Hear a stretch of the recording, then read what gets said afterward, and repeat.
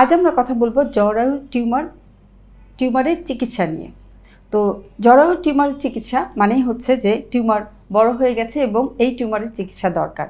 তো সেই রোগী কারা, আমরা কাদেরকে নির্বাচন করি? যেমন কোনো রোগী যদি থাকেন, তার টিউমার আছে, তার বারবার অ্যাবর্শন হয়ে যাচ্ছে, অথবা তার মাসিকে বেশি রক্তক্ষরণ হচ্ছে, অথবা টিউমার তার অনেক বড় হয়ে গেছে এবং সেই সাথে তার ফ্যামিলি হিস্ট্রি আছে ওভারিয়ান ক্যান্সার, জরায়ু ক্যান্সার, জরায়ুর মুখ ক্যান্সার। এই ধরনের রোগীদের কিন্তু আমরা এই ট্রিটমেন্ট করে থাকি।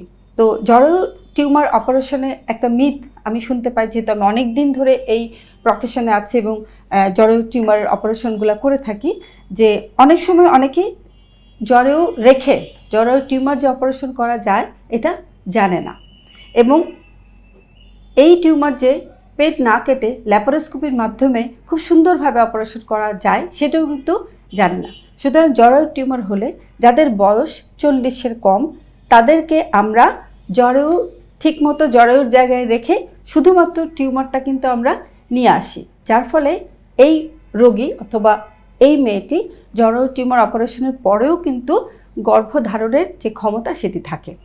সাধারণত 40 বছরের নিচে যারা, তাদেরকে আমরা এই টিউমার অপারেশন করি, এটাকে বলা হয় মায়োমেক্টমি।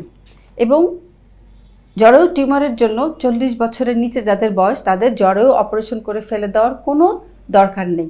কিন্তু রোগিনীর বয়স যদি 45 বছরের বেশি হয় এবং সেই ক্ষেত্রে রোগী যদি চায় জরায়ু আমি রাখবো, সেই ক্ষেত্রে শুধু আমরা রাখি।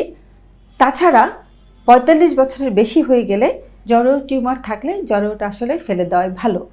সুতরাং জরায়ু টিউমার হলে টিউমারের যে অপারেশন সেটি নিয়ে আতঙ্কিত হওয়ার কিছু নেই, এবং জরায়ু টিউমার হলেই যে জরায়ু কেটে ফেলে দিতে হয় তারও কোনো ভিত্তি নেই। এবং এই টিউমার অপারেশন জরায়ু অথবা জরায়ু টিউমার অপারেশন কিন্তু পেট না কেটে মাত্র 3টি অথবা 4টি 5 মিলিমিটার ছিদ্রের মাধ্যমে সম্পন্ন করা সম্ভব, এবং এই জন্য রোগীকে মাত্র 24 ঘন্টা হসপিটালে থাকতে হয়। সবাই ভালো থাকুন, ধন্যবাদ।